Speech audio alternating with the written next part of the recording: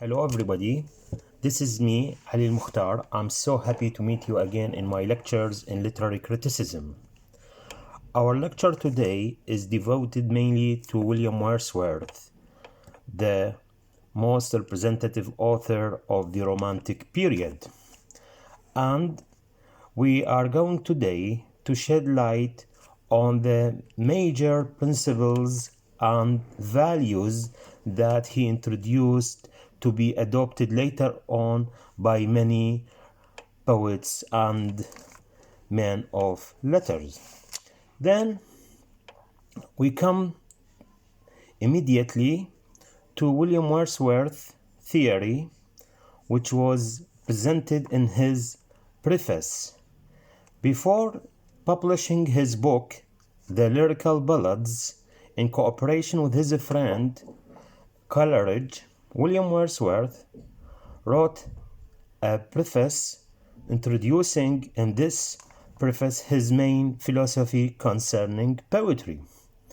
And this new philosophy is considered a turning point in the way of approaching poetry, and it means the beginning of the collapse of what is called neoclassicism toward a new way of writing. Then we come to the main vision that is introduced by William Wordsworth, which is uniquely Wordsworthian one. Number one, William Wordsworth is not a traditional poet like the previous ones, because he tried to introduce what I said before, a new way of writing. Number one, William Wordsworth stated that poetry is what? Is to choose incidents and situations from common life. This is really a new turning point in the way of understanding writing poetry.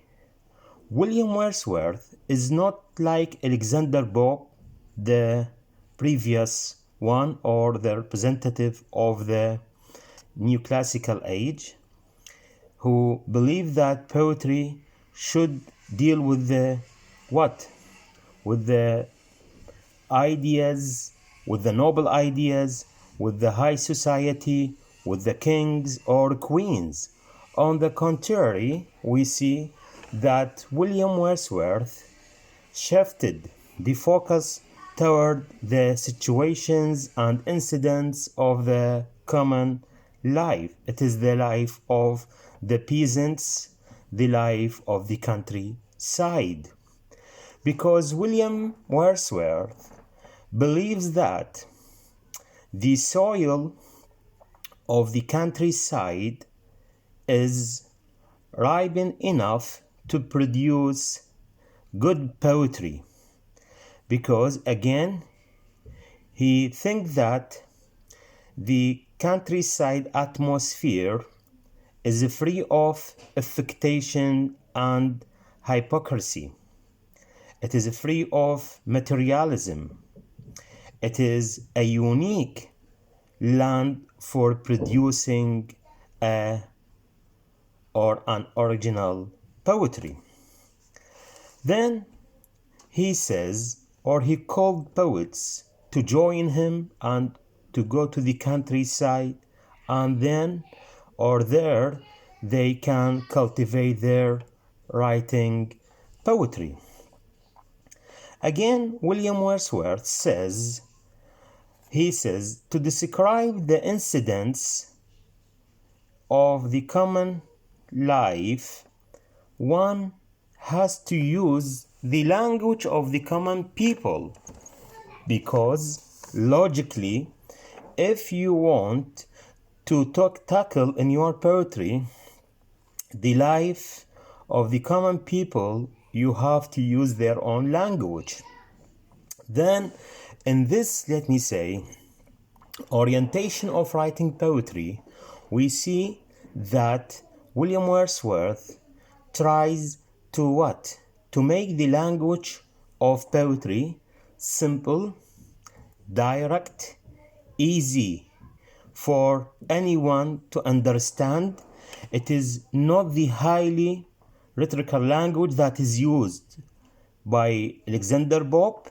There is no way for decoration or for using bombastic language or using what is called lofty style.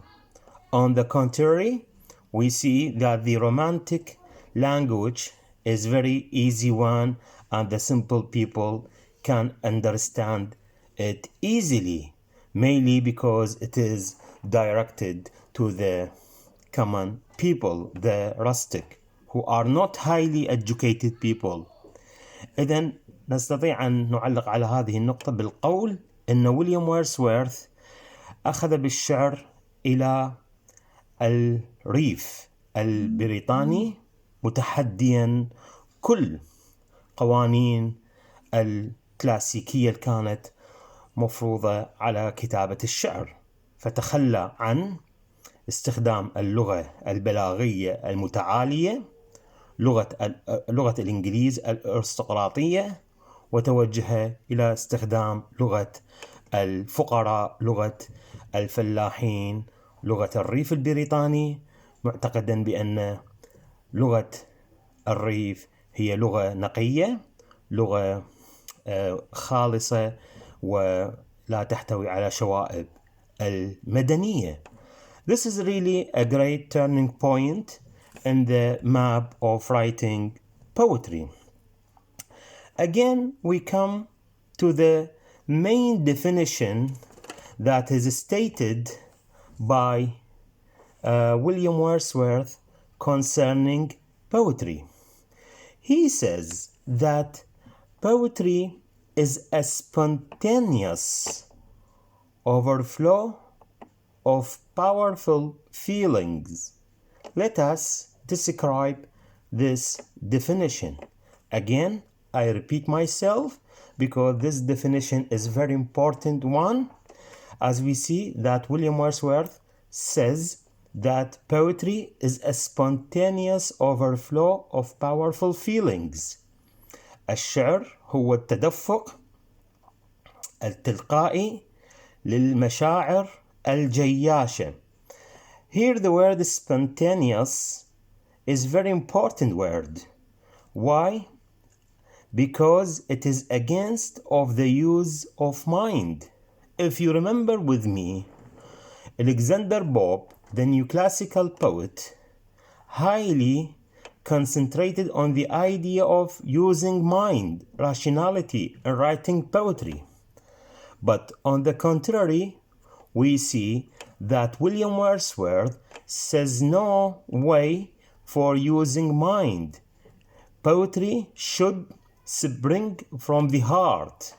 أن ينبع القلب الشعر من القلب بصورة تلقائية. It is a spontaneous overflow of powerful feeling. التدفق التلقائي العفوي للمشاعر الجياشة.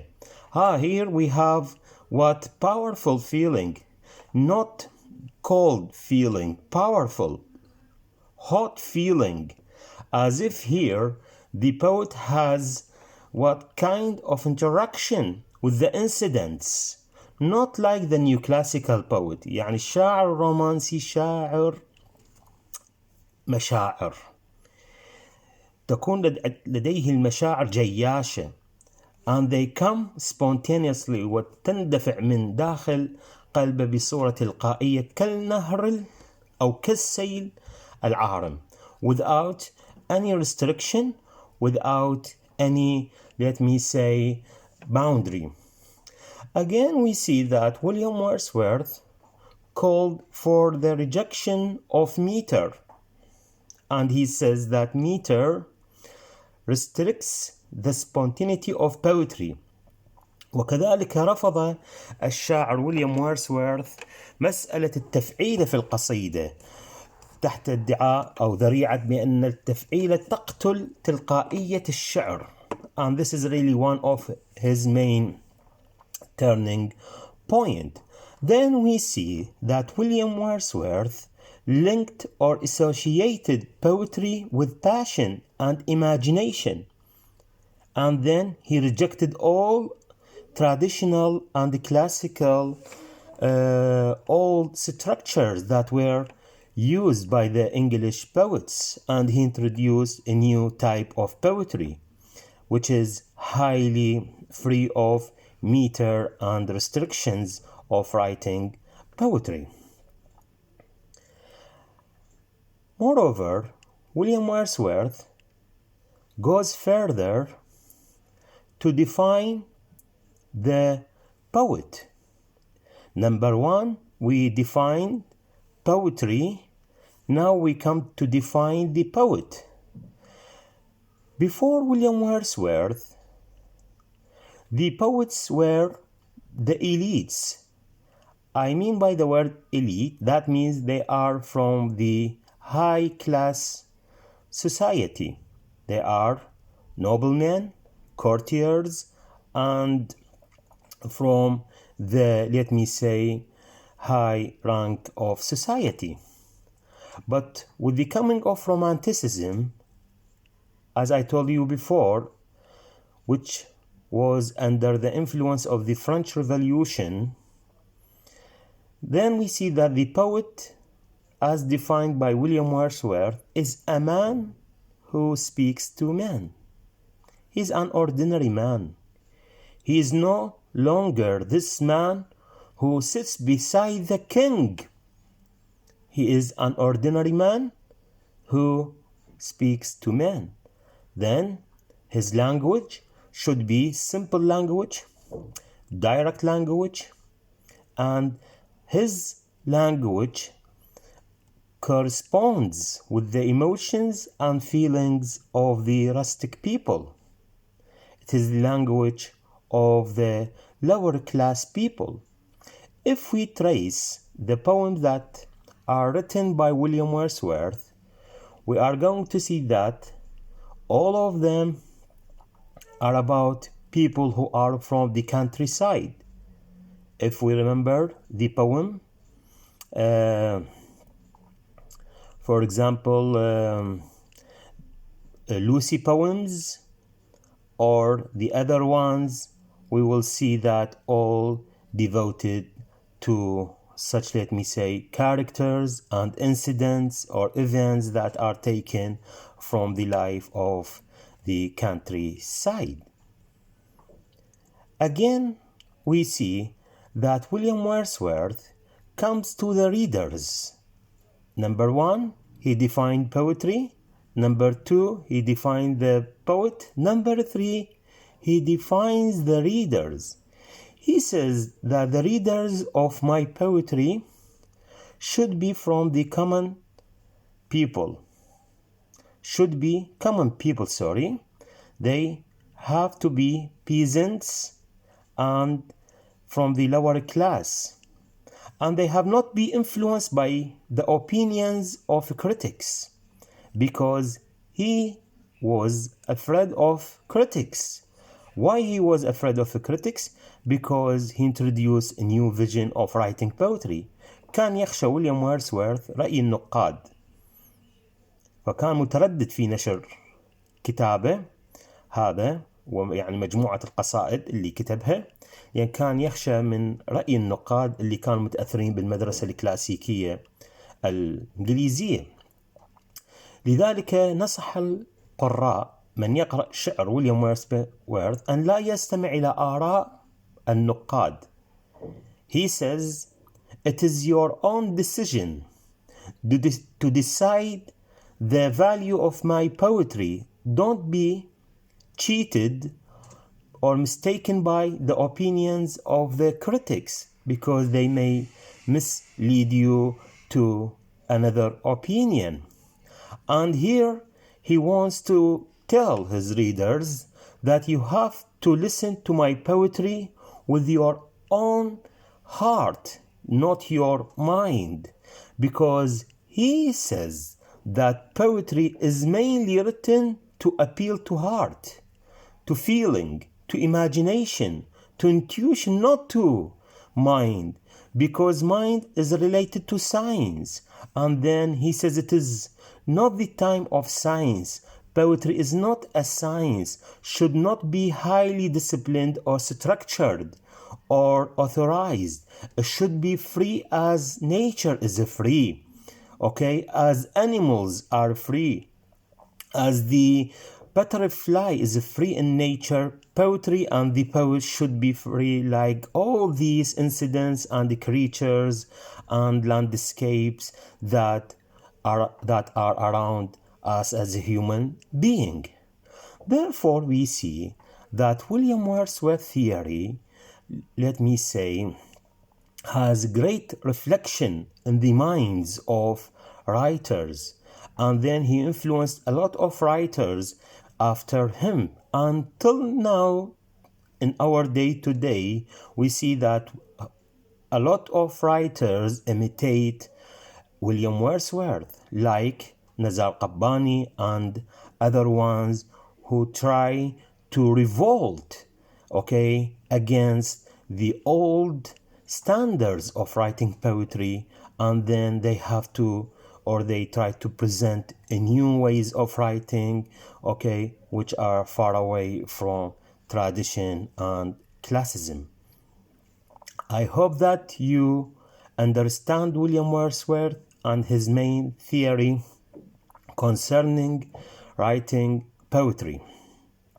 Next lecture, we are going to be with a new critic who is Bakhtin.